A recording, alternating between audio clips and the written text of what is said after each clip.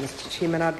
I'd just take a pleasure in speaking briefly to the purpose of this bill, and I want to pick up the point that my colleague Grant Robertson made, because a lot of bills that come before this House that are small, that are primarily technical, that, like this one, had only one submitter on it, the board itself, whose trust deed is amended by this legislation, were the only submitters, in fact, according to the report back from the Select Committee. This is an occasion where the committee of the House as a whole should take its responsibilities very seriously and ensure that the changes that are being proposed don't just receive a sign-off from the House, but we take the matter seriously. I thought about this legislation quite a lot, because even though it's proposed in good faith and the Select Committee have done good work on it, and I think have amended it to restrict the ability of the board to change their powers, change their scope quite a lot. What Parliament is actually doing is saying that if someone leaves in their will an amount of money for the school for a specific purpose and actually specifies in that bequest, this is the purpose for which I want to leave that bill, and you'd sort of take as an implication that they mean, and I don't want it to be spent on anything else. For example, somebody might say, I'd like to bequest a lot of money to leave to Christ College for their political education in ways of the labour movement in New Zealand. That is a possibility.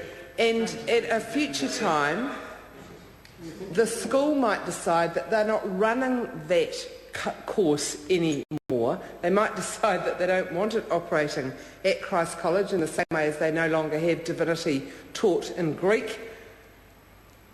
Where does the authority come from for a group of people to say, well, we don't do that anymore, so we'll use that bequest for an entirely different purpose?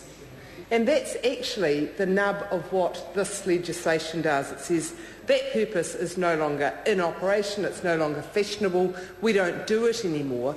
And we as a Parliament have taken it upon ourselves to change the purpose for which that bequest or grant or donation can be used.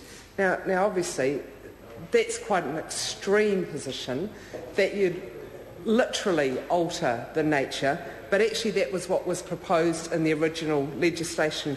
I want to commend the Select Committee for the way they considered that responsibility of Parliament. David Parker has contributed to the debate already tonight, and I want to commend his chairing of the Select Committee, but also the other members who I understand contributed in a bipartisan way. Are there only two?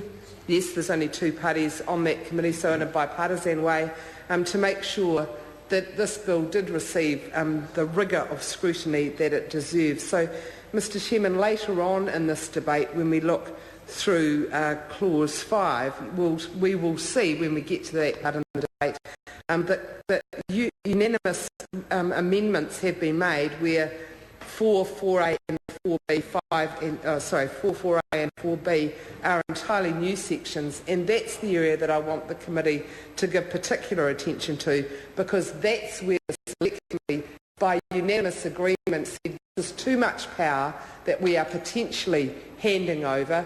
It may well be an abrogation of the responsibility that we have as a Parliament in order to ensure that the original intention of the donation, of the gift, of the bequest to the school is carried out. So they've narrowed the ability of the board to entirely alter the purpose of the donation, so it can't be used for some different purpose, actually in a very similar way as the powers for an enduring power of attorney are able to be given. So the specific purpose, the understanding, the intent of a person, whether it's stated or not, is carried through. So, Mr Chairman, I want to commend the Select Committee for their diligence, and I'm looking forward to the bill progressing later on this evening.